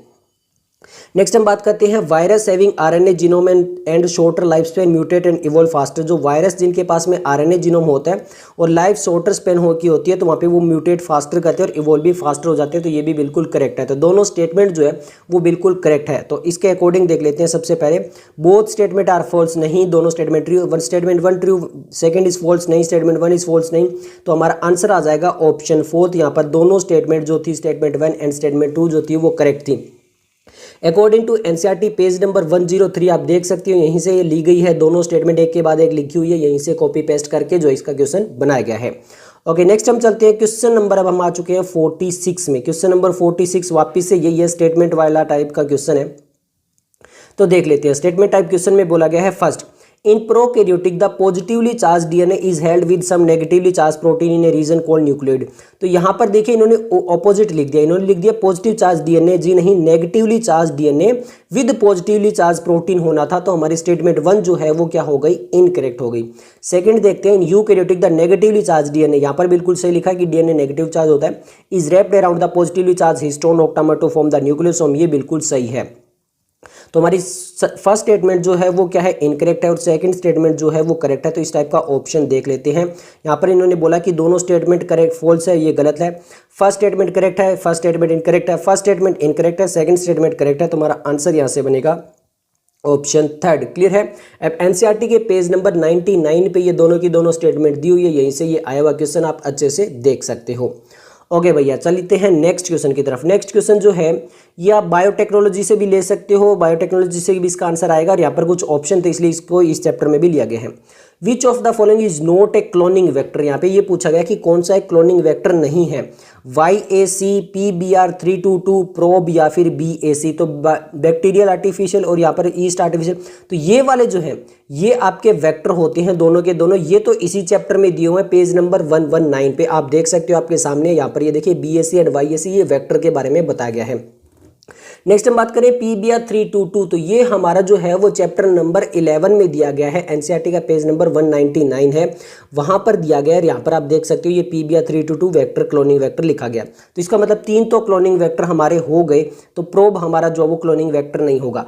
प्रोब इस चैप्टर में भी दिया हुआ है पेज नंबर 122 पे, जहां पर बात की गई है VNTR एज ए प्रोब लिया गया है। बट मेनली जो आपका प्रोब होता है वो रेडियो एक्टिव मॉलिक्यूल की तरह लिया जाता है, और ये पेज नंबर 212 पे चैप्टर नंबर 12 में दिया गया है। ये भी आप देख सकते हो यहाँ पे जो बायोटेक्नोलॉजी वाला चैप्टर नंबर 12 है, बायोटेक्नोलॉजी एंड इट्स एप्लीकेशन, यहाँ से ये जो है वो लिया गया है। यहाँ से आपका प्रो वाला आ जाता है कि ये क्लोनिंग वेक्टर नहीं है। तो इस टाइप से आपका आंसर आएगा, आंसर आ जाएगा ऑप्शन थर्ड। ओके, नेक्स्ट हम चलते हैं क्वेश्चन नंबर 48 में। अब यहाँ पर क्या है, मैच द कॉलम क्वेश्चन दिया गया है।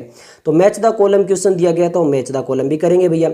यहाँ पर ये लैक ओपेरॉन वाला दिया गया, क्योंकि वहीं पे ये YI, A और Z जीन वगैरह दिए गए हैं। सबसे पहले बात करते हैं A जीन की। तो A जीन क्या बनाता है, ट्रांस एसिटाइलेज बनाता है। तो A जो है वो हमारा सेकेंड के साथ चला जाएगा। सेकेंड Y जीन की बात करते हैं, तो Y जीन क्या करता है, परमिएज जीन बनाता है। तो ये हमारा परमिएज बनाता है। I जीन क्या बनाता है, रिप्रेशर प्रोटीन बनाता है। तो ये हमारा जो है वो फोर्थ के साथ चला जाएगा। और Z जो है वो बीटा गैलेक्टोसाइडेज बनाती है। तो ये हमारा फर्स्ट के साथ, मतलब सेकेंड थर्ड फोर्थ हम इस टाइप से आएगा। तो सेकेंड थर्ड फोर्थ, तो ये हमारे पास में आ गया second third fourth and first. तो हमारा आंसर आ जाएगा ऑप्शन फर्स्ट। एनसीईआरटी के पेज नंबर 117 में डायग्राम बेस्ड भी है, और ये साइड में जो 116 है वहाँ पर पैराग्राफ में भी लिखा गया, वो भी आप रीड कर लेना। मैंने डायरेक्टली डायग्राम वाला आपको दिखा दिया, यहीं से ये आया हुआ क्वेश्चन है। चलिए भैया, नेक्स्ट हम बात करते हैं क्वेश्चन नंबर, अब हम आ चुके हैं 49 में। क्वेश्चन नंबर 49 है, काफ़ी इंटरेस्टिंग सा क्वेश्चन है, मतलब बहुत ईजी सा क्वेश्चन आप ये बोल सकते हो। विच one of the following is the sequence on corresponding coding strand. इन्होंने पूछा है कि इनमें से कौन सा कोडिंग स्ट्रैंड का कोड होगा if the sequence of mRNA formed is follows. तो यहाँ पर ये जो mRNA का जो है वो सीक्वेंस यहाँ पर दे दिया है। तो यहाँ पे पूछा है कि कोडिंग स्ट्रैंड कौन सा होगा। तो एनसीईआरटी का जो पेज नंबर 108 है वहां पर हमारे साफ साफ दिया हुआ है कि जो कोडिंग स्ट्रैंड होता है और जो आरएनए बनता है उसमें केवल इतना चेंज होता है कि वही 5 to 3 डायरेक्शन होती है, और वहां पे केवल और केवल जो थाइमिन होता है उसके प्लेस पे क्या आ जाता है, यूरेसिल आ जाता है। तो अब यहाँ पर जो यूरेसिल है इसकी प्लेस पे अगर जो थाइमिन होगा तो वही कोडिंग स्ट्रैंड होगा। सबसे पहले तो हमें ये डायरेक्शन याद रखनी है, 5 to 3 होनी चाहिए, 3 to 5 नहीं, 5 to 3 होनी चाहिए, सेम होनी चाहिए, 5 to 3 होनी चाहिए। अब देखते हैं AT आना चाहिए, क्यों, क्योंकि हम बात करें कोडिंग स्ट्रैंड की, तो वहां पे यूरेसिल की जगह थाइमिन आना चाहिए। तो AT देखते हैं, AT यहाँ पर है, यहाँ पर UA है, गलत हो गया। AT है बट इसकी डायरेक्शन अलग हो गई, इसकी डायरेक्शन 3 to 5 कर दी, ये गलत हो गया इसके अकॉर्डिंग। और ये यूरेसिल आ रहा है, यहाँ पर यूरेसिल तो नहीं, हमसे कोडिंग स्ट्रैंड पूछा है। तो ATGC, फिर वापस देख सकते हो यहाँ पर यूरेसिल की जगह थाइमिन आ गया, बस वही चीज़ चेंज है। यहाँ पर देखोगे यूरेसिल की जगह थाइमिन आ गया, बाकी सेम सही है। तो हमारा आंसर आ जाएगा ऑप्शन 2। एनसीईआरटी के पेज नंबर 108 पे ये दिया हुआ है, वहाँ पर साफ साफ बताया कि कोडिंग स्ट्रैंड और RNA में बस इतना चेंज होता है कि थाइमिन की जगह जो यूरेसिल आ जाता है। ओके, नेक्स्ट हम चलते हैं क्वेश्चन नंबर 50। अब आ चुके हैं नीट 2023 में जो मणिपुर स्टेट के लिए अलग से एग्जाम हुआ था उसके क्वेश्चन में। तो क्वेश्चन नंबर 50 है, name the component that bind to the operator region of an operon and prevent RNA polymerase from the transcribing the operon. यानी वो कौन सा कंपोनेंट है जो ऑपरेटर रीजन के साथ में जो है वो बाइंड करता है और फिर उसको RNA पॉलीमरेज को प्रिवेंट कर देता है। रिप्रेशर प्रोटीन, इंड्यूसर, प्रमोटर या फिर रेगुलेटर प्रोटीन। तो ये एनसीईआरटी की लाइन कॉपी पेस्ट की गई है। वो जो प्रोटीन है वो कौन सा है, रिप्रेशर प्रोटीन है। पेज नंबर 117 में डायग्राम के नीचे जो पैराग्राफ है उसकी लाइन कॉपी पेस्ट की गई है, आपके सामने आप देख सकते हो। तो आंसर आ जाएगा ऑप्शन फर्स्ट। नेक्स्ट हम चलते हैं क्वेश्चन नंबर 51 में। क्वेश्चन नंबर 51 में बोला गया है, यहाँ पर पूछा गया the last chromosome sequence in the human genome project, यानी जो ह्यूमन जीनोम प्रोजेक्ट है उसमें सबसे लास्ट क्रोमोजोम कौन सा सीक्वेंस हुआ था, 22, 14, 6 या फर्स्ट। तो फर्स्ट क्रोमोजोम जो था वो 2006 में जाके होता है, ये सबसे लास्ट में हुआ था। तो आंसर आ जाएगा ऑप्शन 4। एनसीईआरटी के पेज नंबर 119 पे ये दिया हुआ है, आप अच्छे से देख सकते हो, यहीं से ये आया हुआ क्वेश्चन है डायरेक्टली, बहुत आसानी से।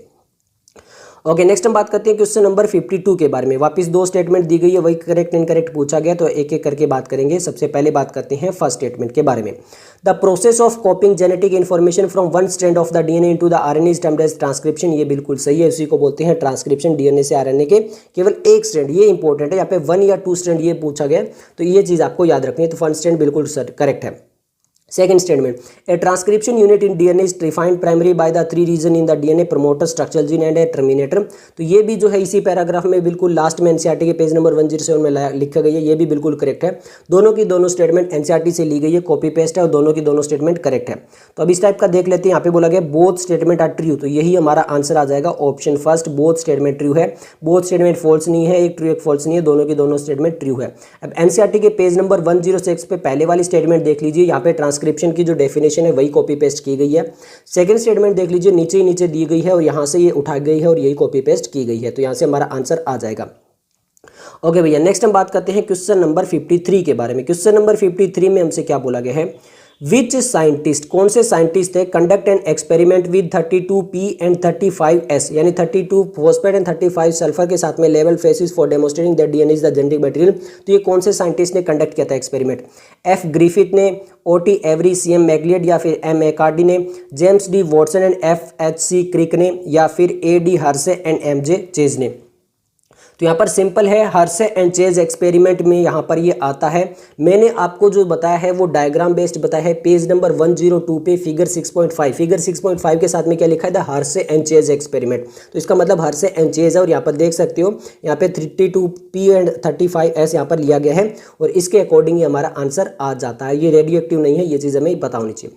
तो यहाँ से ही हमारा आंसर आ जाता है, और इससे पहले वाला जो पैराग्राफ है वहाँ पर भी लिखा गया पेज नंबर 101 पे, बट मैंने आपको डायग्राम बेस्ड भी बता दिया, दो जगह ये चीज दी हुई है, वहां से ये क्वेश्चन आया है।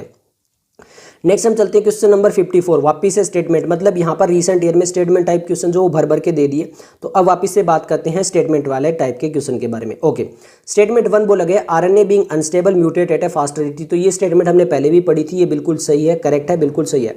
स्टेटमेंट 2 देखते हैं, RNA can directly code for synthesis of protein, hence can easily express the character, यानी आरएनए जो है वो डायरेक्टली कोड कर सकती है। तो ये थोड़ी से नीचे वाले पैराग्राफ में फर्स्ट स्टेटमेंट लाइन लिखी गई है, दोनों की दोनों स्टेटमेंट जो है वो बिल्कुल करेक्ट है और एनसीईआरटी से कॉपी पेस्ट की गई है। अब इस टाइप का ऑप्शन देख लेते हैं, both statement are true, both statement are false, statement 1 correct, incorrect, incorrect, correct. तो हमारी दोनों स्टेटमेंट ट्रू है, तो हमारा आंसर क्या निकल कर आएगा, आंसर निकल कर आएगा ऑप्शन फर्स्ट। पेज नंबर 103 पे आप दोनों की दोनों स्टेटमेंट अच्छे से देख सकते हो, यहीं से आया हुआ क्वेश्चन है।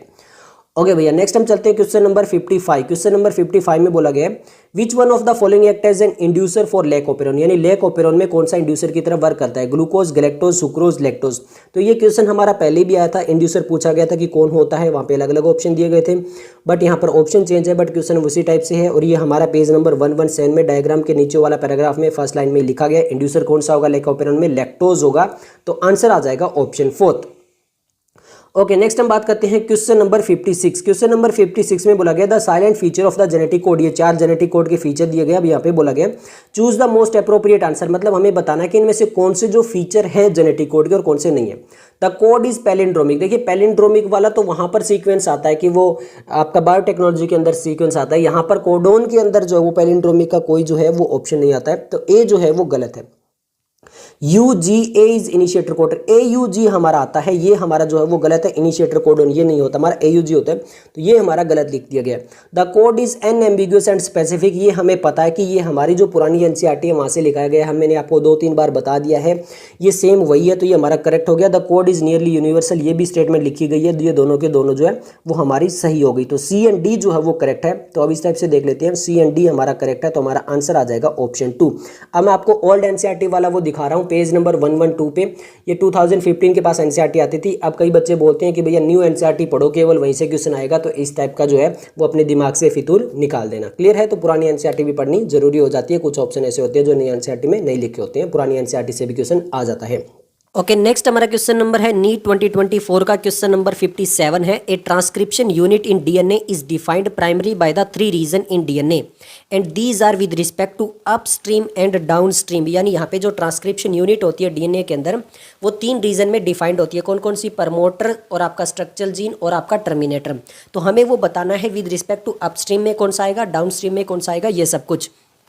तो सबसे पहले यहाँ पे देखो ऑप्शन में दिया गया है रिप्रेशर, ऑपरेटर, स्ट्रक्चरल जीन। यहाँ पे structural gene, transposon, operator gene, inducer, repressor, structural gene. तो सबसे पहले तो ये देखो कि ये रिप्रेशर और ट्रांसपोसोन और इंड्यूसर वगैरह तो आते ही नहीं है। प्रमोटर, स्ट्रक्चरल जीन और टर्मिनेशन आता है। आंसर तो वहीं से निकल आएगा, बट हमसे पूछा with respect to upstream and downstream. तो फिर भी मैं आपको बता देता हूँ कि एनसीईआरटी का पेज नंबर 108 वहाँ पे आपका क्लियरली मेंशन मिल जाएगा।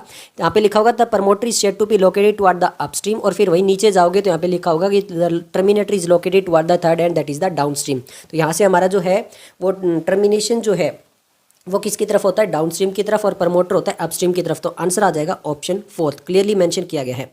ओके, नेक्स्ट हमारा क्वेश्चन है क्वेश्चन नंबर 58। क्वेश्चन नंबर 58 में बोला गया the lactose present in the growth medium of the bacteria is transported to the cell by the action of beta galactosidase, acetylase, permease या फिर polymerase. तो यहाँ पर ये वाला जो आंसर आएगा वो क्लियरली हमारा मेंशन किया गया है कि ये जो आएगा वो आएगा परमिएज, और ये आपको एनसीईआरटी के पेज नंबर 117 के ऊपर आप देख सकते हो। यहाँ पर साफ साफ आपके सामने मेंशन किया गया है। तो यहाँ से हमारा बहुत आसानी से आंसर आ जाएगा ऑप्शन 3। क्लियरली एनसीईआरटी की लाइन आपके सामने यहाँ पे दिखाई दे रही होगी। ओके, नेक्स्ट हम बात कर लेते हैं क्वेश्चन नंबर हमारे सामने 59 में बोला गया है which of the following statement is correct regarding the process of replication in E coli. तो रेप्लिकेशन के रिगार्डिंग में हमें करेक्ट स्टेटमेंट बतानी है कि कौन सा होगा, और यहाँ पर क्या चीज़ है? रेप्लिकेशन हमें बताना है। तो सबसे पहले हम बात कर लेते हैं। तो यहाँ पर देखो तो हमारे सामने 4 ऑप्शन है। The DNA dependent DNA polymerase catalyze polymerization in only one direction, that is the 3 to 5. Second है DNA dependent RNA polymerase catalyze polymerization in one direction, that is 5 to 3. आगे लिखा है DNA dependent DLM polymerase catalyze polymerization in 5 to 3 as well as 3 to 5. And option 4 that the DNA dependent DNA polymerase catalyze polymerization in 5 to 3 direction. तो सबसे पहले हमारे सामने जो बात की गई है वो रेप्लिकेशन की बात की गई है, यानी डीएनए से डीएनए बनेगा, नॉट डीएनए से आरएनए। तो ये डीएनए से डिपेंडेंट आरएनए वाला जो है वो हमारा आंसर नहीं आएगा। तो ये ऑप्शन 2 तो यहीं से हट गया। अब अगर हम देखेंगे तो एनसीईआरटी का पेज नंबर 106 आपके सामने लाइन ये क्लियरली मेंशन किया गया है। तो यहाँ पर अगर आप देखोगे तो लिखा गया है रेप्लिकेशन 4 के आगे वाले में देखो जो हाईलाइटेड है वहाँ पे, the DNA dependent DNA polymerase catalyse polymerisation only in one direction, that is 5 to 3। तो केवल वन डायरेक्शन में चलता है। कौन सी डायरेक्शन है? वो 5 to 3 है। तो इस टाइप का ऑप्शन हमारा कौन सा हो गया? ऑप्शन हो गया हमारे ऑप्शन 4, क्लियरली मेंशन हो चुका होगा। ओके, नेक्स्ट हम बात कर लेते हैं क्वेश्चन नंबर हमारे सामने 60। ये क्वेश्चन ऐसा है कि यहाँ पर जो हमें दिया हुआ है ना, इसमें थोड़ा सा टाइम लगेगा। अब कैसे लगेगा अब आपको समझ में आ जाएगा। देखो, which one in the correct product of DNA dependent RNA polymerise to given template strand. सबसे पहले 2 मेन पॉइंट याद रखने हैं। सबसे पहले डीएनए डिपेंडेंट है और आरएनए पॉलीमरेज है, मतलब इस डीएनए से आरएनए बनेगा। फिर जो हमें स्ट्रैंड दिया है वो कौन सा दिया गया है? टेम्पलेट स्ट्रैंड दिया गया है। तो सिंपल देखो, सबसे पहले अगर हमारे सामने ये पॉइंट दिया गया हो तो अगर आप एनसीईआरटी का पेज नंबर 108 देखोगे तो यहाँ पे फर्स्ट पैराग्राफ में मेंशन भी किया गया है, फिर टेम्पलेट स्ट्रैंड और कोडिंग स्ट्रैंड लिखा गया है। फिर कोडिंग स्ट्रैंड में आप देखोगे तो वहाँ पर लिखा गया the other strand that is the polarity 5 to 3 and the same as RNA except thymine at the place of uracil. यहाँ पर जो है वो आरएनए जैसा ही होगा, बट अगर डीएनए है तो वहाँ पे थाइमिन लगेगा, और आरएनए अगर आएगा तो वहाँ पे यूरेसिल लगेगा। इज डिस्प्लेस्ड, वहाँ पे ये पूरा पॉइंट बता दिया गया है कि हमारे सामने जो आरएनए बनेगा वो सेम बनेगा कोडिंग स्ट्रैंड वाला, बट वहाँ पे थाइमिन की जगह क्या लगेगा? यूरेसिल लगेगा। अब ये पॉइंट याद रखना है, और सबसे मेन पॉइंट 3 to 5 वाली डायरेक्शन भी याद रखनी है। तो कोडिंग स्ट्रैंड की डायरेक्शन जो होगी वो 5 to 3 होगी। तो 5 to 3 वाले हमारे सामने 3 है। ओके, वैसे तो 4 ही है। चलो अब यहाँ पर सिंपल देखो, अब हमें क्या करना है, जो एडिनाइन है यहाँ पे थाइमिन है, थाइमिन के सामने क्या लिखता है? हमारे सामने ये 2 पॉइंट याद रख लेने, टी के सामने ए आता है और जी के सामने क्या आता है? सी आता है। तो ये चीज़ क्लियर है। ओके, अब देखो यहाँ पे थाइमिन है, थाइमिन के सामने क्या आएगा? एडिनाइन आएगा। तो यहाँ पर हमारे सामने सबसे पहले वाले में तो एडिनाइन आने चाहिए, तो सब में आ रहे हैं। फिर हमारे सामने एडिनाइन है, तो एडिनाइन के सामने थाइमिन आना चाहिए, बट हम बात कर रहे हैं किसकी? आरएनए की। आरएनए बना रहे हैं तो वहाँ पे यूरेसिल आना चाहिए, बट इसमें इन्होंने क्या लगा दिया? थाइमिन लगा दिया। तो फोर्थ ऑप्शन हमारा हट जाएगा। अब एक एक करके जैसे हम यहाँ तक आती है तो यहाँ तक तो देखो यहाँ तक तो सेम है, बट फिर यहाँ पे क्या होता है, यहाँ पे डबल ए आ जाता है या फिर डबल सी आएगा। तो यहाँ पे देखो हमारे सामने 1 2 3 4 5 पोजीशन 1 2 3 4 5, फिर हमारे सामने जी जी है तो डबल जी के सामने क्या आएगा, सी सी आएगा, नॉट ए आएगा। ये देख लो जी के सामने सी आएगा तो हमारा सेकंड ऑप्शन हट जाएगा। अब फिर आपको लगेगा कि ये तो बिल्कुल ऑप्शन बिल्कुल सारे सेम है, फर्स्ट वाला और थर्ड वाला जो अगर आप देखोगे तो आपको लगेगा कि ऑप्शन सेम है। जी नहीं, अब यहाँ पर देखो लास्ट में यहाँ पर जी यू है और यहाँ पर डबल जी है, तो ये इतना एक डिफरेंस कर दिया। मैंने इसीलिए बोला है कि एक एक को सोल्व करना पड़ेगा तभी यहाँ पर ये क्वेश्चन हो पाएगा। और जल्दबाजी में क्या होता है कि हमें लगता है दोनों सेम ही तो ऑप्शन दिख रहे हैं, तो हम यहाँ पे स्टार्टिंग कितनी दूर देखते हैं तो बिल्कुल सेम लगता है, बट लास्ट वाला एक ऑप्शन भी आप देखोगे तो अलग है।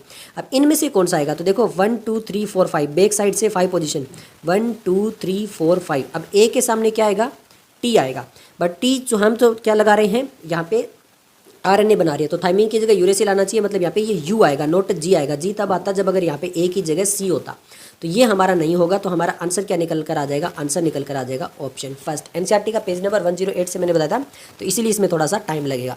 ओके, नेक्स्ट हम बात करते हैं। नेक्स्ट हमारे सामने आ चुका है क्वेश्चन नंबर 61। क्वेश्चन नंबर 61 जो है वो मैच द कॉलम क्वेश्चन है। यहाँ पे साइंटिस्ट दिए गए हैं Frederick Griffith, François Jacob and Jacques Monod, Hargobind Khorana और मेसल्सन एंड स्टेहल। सबसे पहले हम बात कर लेते हैं फ्रेडरिक ग्रिफिथ। तो फ्रेडरिक ग्रिफिथ जो थे वो किसके अंदर आए थे, वो ट्रांसफॉर्मिंग जो प्रिंसिपल था उसके अंदर उन्होंने बात की थी, वो निमोनिया वगैरह वाले जो बैक्टीरिया थे वो लिए थे। तो ए जो है वो हमारा चला जाएगा थर्ड के साथ में। नेक्स्ट हम अगर बात कर लेते हैं Francis Jacob and Jacques Monod, तो ये आते हैं लैक ओपेरॉन के अंदर। नेक्स्ट हम बात करें हरगोबिंद खुराना, तो वो आते हैं जेनेटिक कोड के अंदर, उन्होंने अपना रोल प्ले किया था। और मेसल्सन एंड स्टाहल ने एक एक्सपेरिमेंट किया था जो कि semi conservative mode of DNA replication के ऊपर बेस्ड था। तो हमारा थर्ड, फोर्थ और फर्स्ट और सेकंड आ जाएगा। अब एनसीईआरटी में एक एक करके देख लेते हैं। तो फ्रेडरिक ग्रिफिथ जो है वो पेज नंबर 100 पे दिया हुआ आपके सामने है। नेक्स्ट अगर हम बात करें Francis Jacob and Jacques Monod, तो पेज नंबर 116 पे दिया हुआ है आपके सामने, आप देख सकते हो। हरगोविंद खुराने वाला पेज नंबर 111 पे है, नीचे देख सकते हो जेनेटिक कोड वाले पैराग्राफ में बिल्कुल लास्ट लाइन के अंदर हरगोविंद खुराना मेंशन किया गया है। फिर अगर हम बात करें मेसल्सन एंड स्टेहल, तो मेसल्सन स्टेहल जो है वो आपका पेज नंबर मिलेगा 104 के लास्ट वाला, जो अगर आप देखोगे बिल्कुल लास्ट में हेडिंग दी हुई है, वो पैराग्राफ वहाँ से स्टार्ट होता है रेप्लिकेशन वाला एक्सपेरिमेंट। और फिर अगर आप देखोगे पेज नंबर 105 के ऊपर जो है वो बिल्कुल ऊपर वाले पोजीशन के ऊपर लिखा गया नाम मैथन मेसल एंड फ्रैंकलिन स्टेहल, इनका पूरा नाम है। तो ये मेसल्सन एंड स्टेहल जो उनके सरनेम लिखे गए हैं, तो यहाँ से आपका दिखाई दे रहा होगा, तो यहाँ से आया हुआ क्वेश्चन है। अब इसके अकॉर्डिंग हम आ जाते हैं वापस यहाँ पे, तो हमारा 3 4 1 2 जाना चाहिए।